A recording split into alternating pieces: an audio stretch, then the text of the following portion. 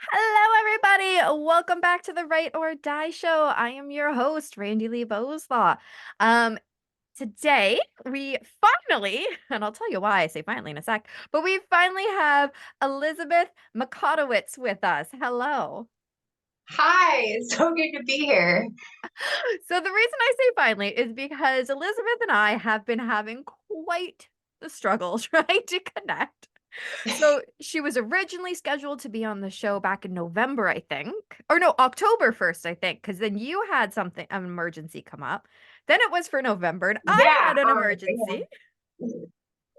And then she's supposed to be, well, when this airs, it will be the right day, but we were supposed to go live. But then I can't go live today, which is why this is pre-recorded.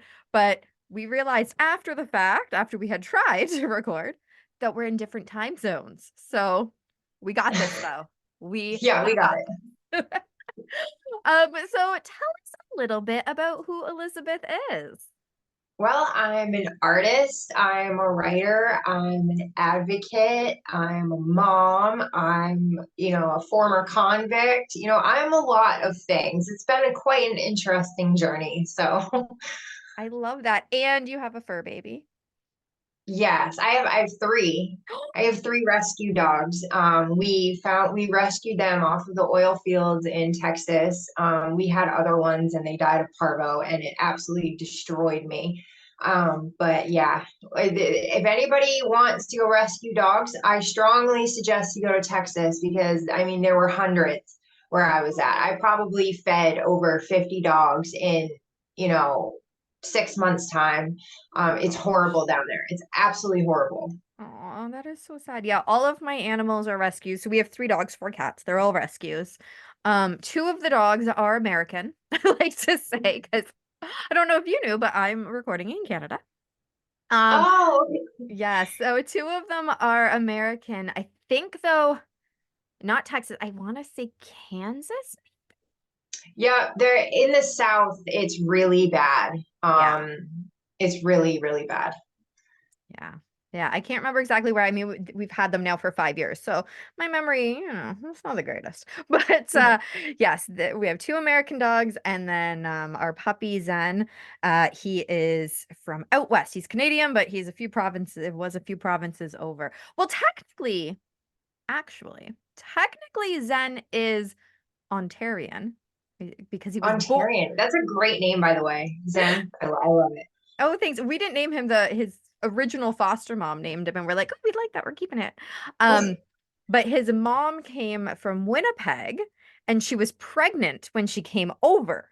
So he was conceived in Winnipeg, but then he was born in Ontario. So I guess technically, he is from here. But anyways, I digress, as always, we know. So with I mean, there was a lot there that you said. The thing that kind of sparked for me, because we have a few convicts on here, but that one sparked for me, and I know that's not the beginning of your story at all. But let's dive into it. Let's go back. I guess we'll have to start sort of at the beginning, because not everybody's brain wants to start in the middle. So you jump into your story where it makes the most sense for you. Great. Okay, so I grew up in Maine, the Bangor area. I was adopted at 2 weeks old by a really great couple, and I started struggling with mental health issues, in my preteens, and then it got kind of worse. And instead of helping me find coping skills, these doctors in America, all they want to do is throw a bunch of psych meds at kids. I'm gonna And say same with here in Canada. yeah, well, I'm neurodivergent. I believe I'm on the autism spectrum because I have sensory issues and I've been through every diagnosis, depression, bipolar, and all of their meds made me significantly worse, like put Mhm. me in full-blown psychosis. And it's really terrifying when you don't understand what's going on. I mean, it's literally like a bad trip. You might as well have eaten a bunch of mushrooms and you have to ride it out. It's very dangerous. And these doctors are never anywhere. when this is happening to you. And, your only option is going to the emergency room and paying, a $4,000 bill because there's no one to help you. And so, I pretty much kind of floated along. Like I never ended up in institutions or jail, growing up or anything. But once I got out on my own, I dated some really abusive men. And my son's father assaulted me to the point my skull was showing. And I went to the emergency room, and this was 17 years ago, when big pharma was coming through the back door of all rural communities in America and So just we're pumping them still full of opiates. talking, sorry, we're still talking early 2000s. Like 17 years ago really Yeah, actually isn't that long ago in the grand yeah. scheme of a developing country. Right, right. And, I had already watched my community go down the toilet from, opioids. Everybody I knew had, either overdose or they lived a miserable existence. They were be turned into a full-blown criminal, and these were people who grew up in, good housing, and they just got into a car accident or got prescribed something. Well, when I went to the hospital with my skull showing, they told me I was on too small of a dose to get addicted. And I found out I was pregnant that day. I was now pregnant by this man who put me there. And when Oh, dang. I tried to refuse the opioids, and they threatened me with child protective services. They said I was endangering my fetus by not listening to doctor's orders. I believe that doctor was one of those whale doctors who was getting paid money for every, patient I can't prove it, but that's what I think. Yeah. And, That's I also noticed. one good thing I guess in Canada is because we're not paying out of pocket, Right. that isn't as common of a thing, but it is still they still get paid per patient that they see, I believe. Like they have to run your OHIP number, which is why doctors say you can only discuss with them one thing at a time because they'll only get paid Right. for you one time. Um, Right. so I don't know how much it happens here, but oh, that is okay. Yeah. Yep, keep And, going, keep going. I also noticed that I was treated differently because I was no longer on my parents' private insurance. I was now on state insurance in the poor class. So, obviously I was a young kid. I was like 19 years old. And, when a doctor says they're going to call child protective services on you, that's scary. Yeah. And I didn't know how to advocate for myself then like I do now. I never would have put up with that now. Yeah. But, so I did what I was told. And obviously, that was a lie.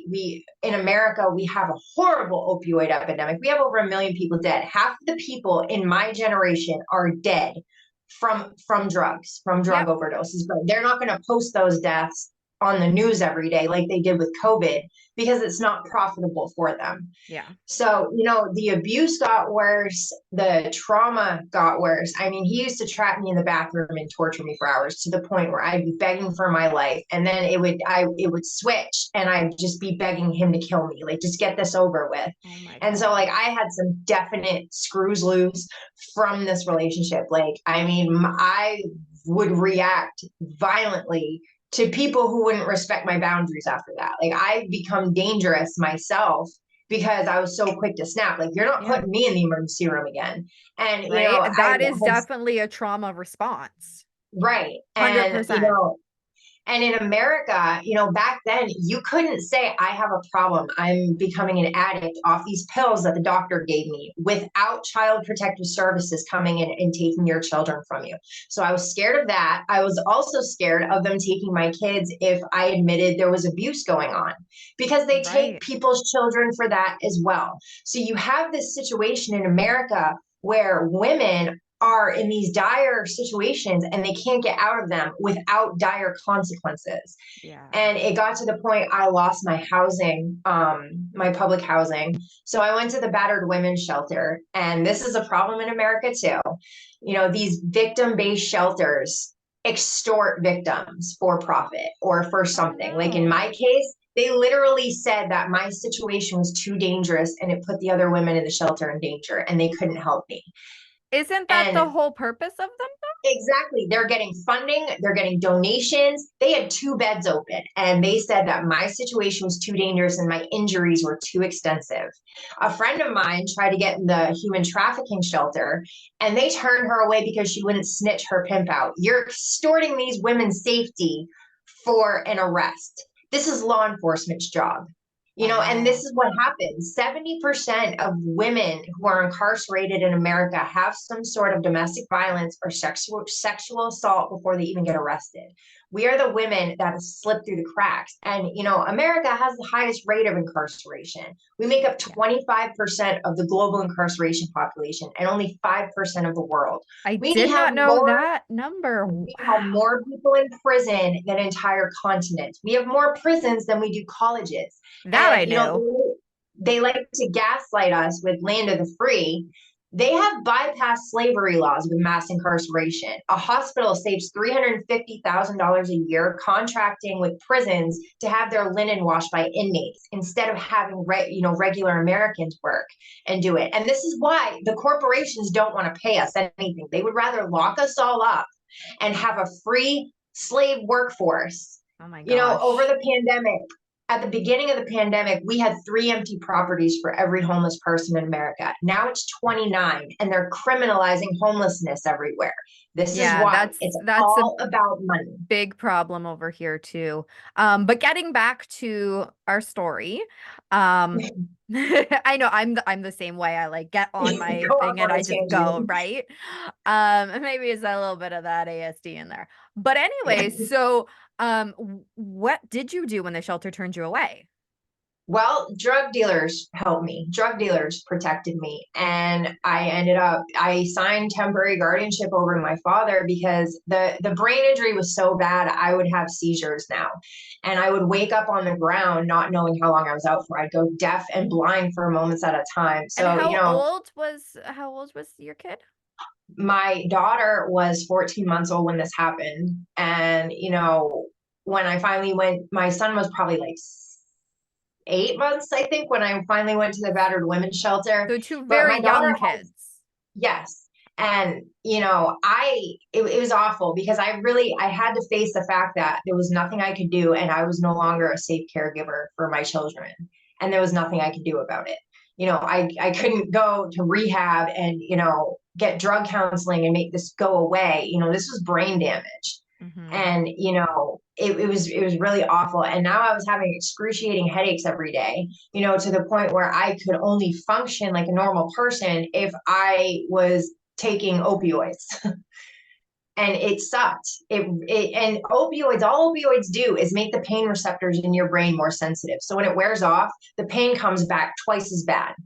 It's really Oh, that's why you it's have to really keep taking evil. them.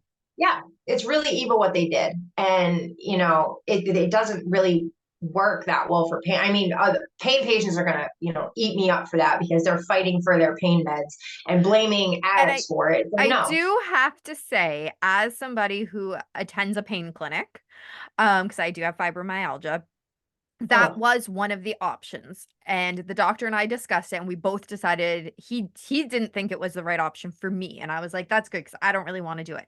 But I can appreciate those who are in that much severe pain because when it comes, it's bad. So I can totally yeah, appreciate it. But we don't have to do this. Well, because of you, it's harder for me. We can work together and say, you know right. what? It's Exactly. overprescribed for these people, but there are people that need it and monitor it more because I know at least here our pain clinics are very, very monitored when it comes to Yeah, that. they are here too. And Yeah. a lot of these people in the pain clinic don't want to admit that they themselves are addicts. If they were to have their prescription taken away, they would detox just like every other addict and lose their mind and their mental health will go down the tubes. But because it's legal for them, they don't have the stigma attached to it like addicts do. And it's like, you know what? We are all being oppressed as a collective. All of us Yes. Like are. I said, we can work together because Exactly. it has its place for those who need it. Because I do know some people that Right. need it, but they take Cancer it. patients, come Yeah. on. I mean, people should not have to suffer to that extent. Yeah.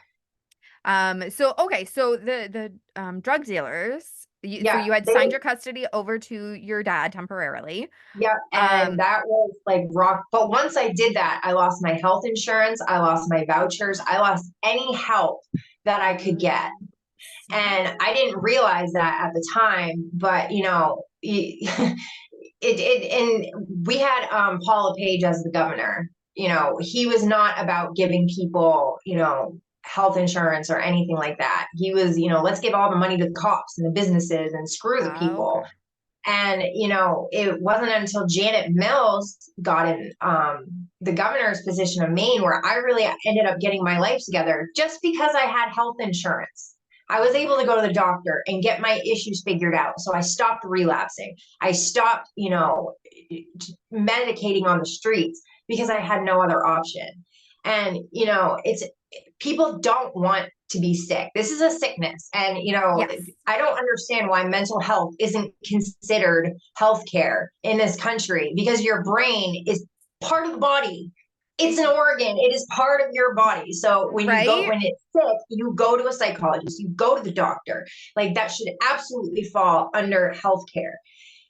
But this is America and everything's for profit here. So Well, we're not everything for profit, but it's still real hard to get the help. So it is. And right. I mean, I've talked to people around the world in Europe, Australia, Asia, like all over. And the um how to get mental health help is still very difficult across Yeah. the globe. Yeah. It's really Yeah, and sad. they're traumatizing all of us with the level of oppression we're going through. We can't even get our basic needs met. If people could get their basic needs met, crime would go down. You know, Mental health issues would go down. It's amazing how much your anxiety goes away when you know your rent is paid and you know you have food on the table. Yeah, yeah. Just Everything is very interconnected. But getting back to, I want to get to where, just because you opened the door of saying you're a convict, I yeah, want to get to there. So can you take us on that yes. side? So I started selling drugs. I started selling the prescriptions. I still saw a psychologist even though I didn't have health insurance. So yeah, I started getting prescriptions since I was like, well, they want to diagnose me with all this stuff. Yeah, this is how I'm going to survive, I guess. And I moved my way up the chain and I got started dealing with more and more dangerous people. And then finally in 2011, I got arrested. And it was for bath salts, and the stuff was legal at the time. Okay. Then the feds wrote a whole new law called the analog substance law, which means it's legal, but it had characteristics of an illegal substance. So in 2013, I got indicted by the feds. I literally went to jail for the same drugs in the same bus twice. So there's no such Oh. thing as double jeopardy when it comes to drug dealers in America. You can get done with your state bid, and then the feds will pick you up the day you get out, whether it's 5, 10 years, and you will go do another prison bid for the exact same substance, the So how exact same long bus. did you end up being incarcerated? I did 7 months in the state and then I did 3 years in the feds and I did not make it on probation. I made it like 6 months and I went back for 9 and then I was done. And then Janet Mills took over and that's when I was able to get, healthcare and all that stuff. And fix my life. But it was just so crazy to me because I didn't realize how sheltered I was. Living up in Maine, it was 94% white people. I had assumed I was raised to think that, yes, we had the civil rights movement. Yes, there used to be a problem with racism in this country, but now everything's fine. Everyone's equal. And then I go to prison and I'm reading Oh. the other women's paperwork and I'm going, if I was a Black woman, I would have gotten way more time. Yeah, Way more racism is very much alive and unfortunately thriving. horrible. Oh yeah, and they're still committing genocide against us. I mean, well, against the BIPOC community. Hmm. I met a handful of women who had been sterilized against their will, and not a single one of them were white. And this was before Trump filled up the ICE camps with all the refugee women, and you heard about that happening Yes. to the Oh, yeah. refugee women in the ICE detention centers. No, they've been doing this to American BIPOC women for decades. And it's horrifying to me. And, prison doctors, they will hire doctors who have lost their medical license with the board. And they're Oh, also allowed to work at native clinics. So you have doctors who have killed people and shouldn't be practicing medicine, and you're putting them in charge of inmates and natives. oh my goodness. I mean, So it's just after you disgusting. after oh my gosh, there's so much to digest there. But after you finally got out, and that's a fairly long time to be in a place simply because you were trying to survive. It's not like you Yeah. woke up one morning, went, you know what? I would love to break the law. It sounds much more like you woke up and went, huh, how am I going to eat today? Yeah. So that's a long time to be in a place when all it was that you needed some help. So when you got out and the new governor took over, how did that go? Because it sounds like things really turned around. Well, I want to cover my probate, what I went through on Yeah. probation, because when you get out of prison, the prison will have you on all kinds of psych meds that you shouldn't be on. And then if you have a bad reaction to them, they'll just put you in solitary for it. If you have an eating disorder, like if you throw up, they'll put you in solitary for that instead of helping you with your issue, and they'll call it rehabilitation. It's torture, and they traumatize people. But they give you a month's worth supply of these meds that they have you on. Well, when I went to the pharmacy when my meds ran out, it was $1,300. I had no job, nowhere to live, and now no way to get these medications and with psych meds, you get physically dependent on them. So if Yes. you just abruptly stop taking them, it's very, very, very dangerous. I mean, I was on lithium, your heart can stop if you stop taking that. It's very scary, Yeah. and it's awful. So I started spacing my meds out, and slowly spiraling. And I went to the state for help, and they said, well, the only way we can help you is if you get pregnant. I'm like, I'm just trying to be okay enough to, have my other kids and, be a competent, good member of society. And you're telling me to get pregnant. So needless to say, I relapsed, went back because I was not making it, on Yeah. on those terms. And it took when I was at Danbury, and I realized, I'm like, I'm not paying for all these meds. They had me on these antidepressants. It took me 7 months to safely wean myself off of them. If I skipped doses, my lips would start going numb, like I was going to get a seizure. My heart would palpitate. I'd start profusely sweating. It's very dangerous. These psych meds are so dangerous, coming off of them and just being on them in general. And when I got out, I did have the insurance, and that was good. But my body started rejecting the lithium I was on, and I started going into psychosis. So I went through a really, really rough period, when I got out, where I thought there were SWAT teams that weren't there. I wouldn't leave my house for 6 weeks. Like, I went through this Yeah. whole agoraphobic stage that I had never dealt with before. Hmm. And, I kept chalking it up to PTSD. Oh, it's just PTSD. No, it's these medications that I was on. And I'm not trying to tell people to just stop taking your medications. That's very dangerous to do. And if they're working for you, that's great. I'm happy for you. Yep. And I But for a always say lot, that on the show because I take mine. I went off. right, So actually, as you're talking about this, I went off without telling my doctor, and just cold turkey stopped. And it's an antidepressant, so I was very dependent on it. But I right, didn't know all of those things, so I was right. And so that's very the sick. problem. They Yes. don't tell you this. No, not They at don't all. tell So I you. was And then they so release very people sick. I puked in my car. The one day I was driving, then just got really, really sick. I puked all over my car. My husband had to clean it. Oh, it was so bad. It was so bad. But I was just so sick, and I didn't know why until yeah, later when I realized why I was sick, and I went back on them, and things are much, much better now. I need them. right. But yeah, it can be a very dangerous thing. So always, of course, if you want to get off of them, talk to your doctor, and if they're working for you, then Awesome. That's great. But these doctors, and I had so many doctors tell me, well, you need to go on medication. You need to go on medication. I'm not playing Russian roulette with your medication. Yeah. And come to find out, like I scored very high on the autism spectrum test. No medication is going to work for that.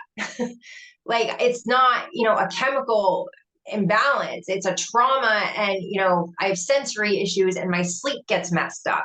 Yeah. But it's funny because if I eat fresh fruits and vegetables and like a diet with no chemicals and minimal sugar, I don't have these issues where I get manic and can't sleep or, can't wake up. And they make it so impossible. Like I can't even afford to eat the way I want to right now because groceries are so expensive in Right. America. You can't Yeah. afford to do it. And I'm like, my mental health would be so much better if I could eat the way that I want to. Yeah. I would get so much more done, if I had that option. And, big pharma is just raking in trillions. The suffering of the American people is $1 trillion industry. And when they send people to rehab, a friend of mine got kicked out for drinking a cup of coffee in the wrong part of the rehab at the wrong time of day. Now, you wouldn't have Oh, these rules for a cancer patient or some other form of illness, but you have them for addicts because you can say, oh, we're kicking you out. $30,000, no refund, and we're going to fill that bed that very same day, and the cycle starts again. This is all free money to them. yeah. Oof. And So, when addiction and mental health stops being so profitable, when people go into crisis, maybe we'll actually fix some problems. But until then, these problems are only going to get worse, especially in America. yeah. Um, so you're off, you're on probation. I know you said you went back, you didn't make it on probation. I went But back for 9 months and I painted murals all through the prison. So that was really cool. I got paid $57 a month to paint murals. That was one of the highest paying jobs in the prison. And wow. they other jobs, they start at $5.25 a month for working 40 hours a week. It is literally slave labor. You can't even buy a box of tampons for that in prison, Woo, and they but don't provide them. So women have to make their own and they end up getting infections and getting very sick, from yeah. doing that. Oof. Ugh. Um, so once you came out and painting murals, that at least sounds fun. Yeah. So you came out, and where did we go from there? Well, I had my little mental health spiral. But once I was done with the medications, I was, in trauma therapy. I got in the Suboxone clinic because I was like, I have to get my PTSD, somewhat settled and, Yes. more stable, because that was one of the big reasons I kept relapsing. It was either chronic pain or, from the head injury, or I'd have a panic attack and couldn't deal with it and, just Hmm. relapse. And so I was like, you know what? I'm just going to go into the Suboxone clinic and do trauma therapy for a while and, deal with that. And, a lot of people want to say, oh, that's not really clean. You know what? If you're not dealing with the same set of issues that I am, you don't really have a right to judge. I'm not out there breaking the law. I'm not out there, going into trap houses, scoring stuff or engaging in illegal activity. I'm taking a medication. And, then I got off of it. After, a couple years, in therapy and I was doing good, I got off of it. So, I mean, I wish they'd allow Ibogaine in America because it literally resets the addict's brain. And, in Sweden, they've had a 97% success rate with it. But Big Pharma doesn't want that because they're making millions off of methadone and Suboxone. And, Suboxone helped me a lot, but it's really bad for you. Yeah. It's not good for your bones. Your hair can fall out. I mean, my uncle was on opioid. He was in the pain clinic and his heart just stopped eventually. These medications take their toll on your body. Yeah. And over the pandemic, um, Yeah, I adjusted fine to the pandemic. You know, I'd done time in solitary, so for me it was like this is really no big deal. But I painted a lot, and I started getting involved in the community, and I had my first art show during Addiction Awareness Month. Oh, And that's so that was awesome. really cool. The media showed up, and then the Bangor Art Society invited me to join, and I started doing shows with them. And then I found this company called the Galleries from Canada, actually. Um, and they turn your art into this environmentally friendly clothing brand. And it's beautiful stuff. I was so happy with the quality, and it Oh, comes in plus sizes. So, I was really happy about that too, because I want to be inclusive to everybody. what's As it called? women, What's it called? Le Galeriste. Okay, I'm gonna look that up. I'll send you the link. But you Yeah. have to put my name at the end of the web. Oh, you also have to put HTTP colon slash slash Yeah. all that junk, or it does not work. I don't know why, but yeah.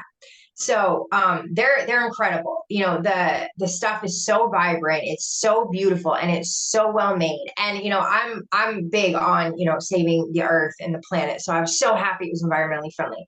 And when I ordered it, it was kind of big. I'm small, but as women, we have it shoved down our throats that our value is based on how skinny and pretty we are, Ugh. from birth. And I've watched so Yes. many of my friends, try on clothes, and they go right into body dysmorphia, self-destruction mode, because a certain brand wants to size their clothes super skinny. And Yeah. I didn't want to put out a product that was going to affect people's mental health like that. I wanted something that would empower them. I created this on my healing journey. I wanted to like uplift people. Yes. And when I realized, a lot of people like to think, I thought it too, selling drugs is a victimless crime. Well, I didn't put a gun to anybody's head. And if they hadn't gone to me, they would have gone to somebody else. But I was still profiting off of their addictions. I was still feeding this, sick cycle to the prison Hmm. industry. And, 20 of my customers lost their kids to DHS because they were buying the product that I was selling. And that tore me up more than anything. Yeah. And once once they put us in prison, they traffic our kids in the state, and they make a bunch of money off of it that way. And it's just this never ending cycle of slavery and genocide in America. And I appreciate you letting me come on here and talk about this, because people don't really realize how bad it is. There's definitely, I mean, there's going to be a lot of similarities. We're not too far off of what the States generally has up here. Um, but you've got stats that I didn't realize, and those are some Yeah, pretty staggering numbers. Like that's pretty scary. very high. Um, They just uncovered a mass grave behind the Mississippi jail with over 700 people, mostly Black people. And not even all of them were inmates. Some of the people were just, regular civilians that the cops murdered. Nobody's arrested yet. No, this should not be happening yeah. at all. We do not live in the land of the free. It's the highest rate of incarceration and slavery. Oh, and also over the pandemic, all the corporations said, we'll buy all your prisons as long as they stay 90% full capacity.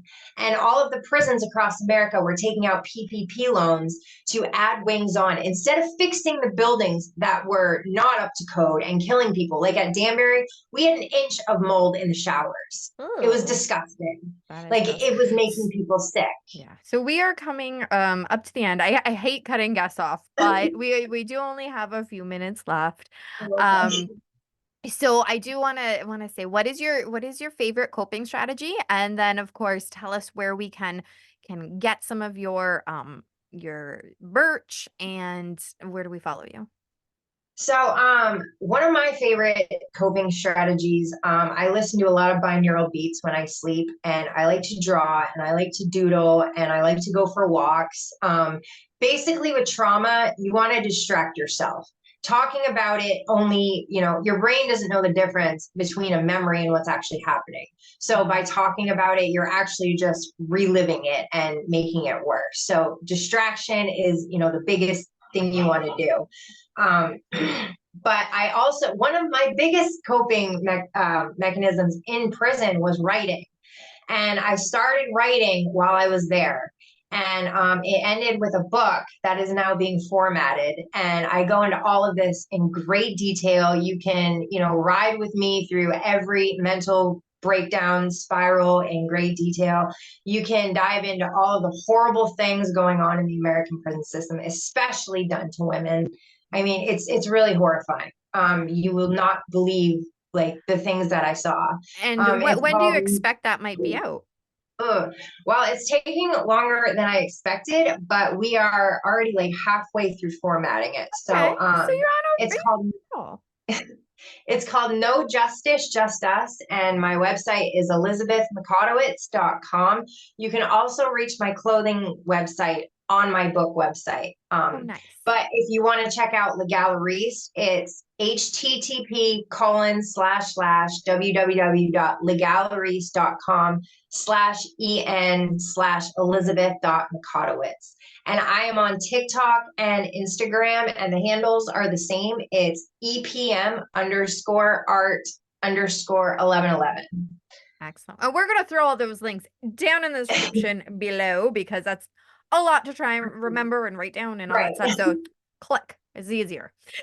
So thank you so much for being on the show. I am so glad. Like last night I was saying to my husband, how am I not connecting with her? Like we just keep messing this up.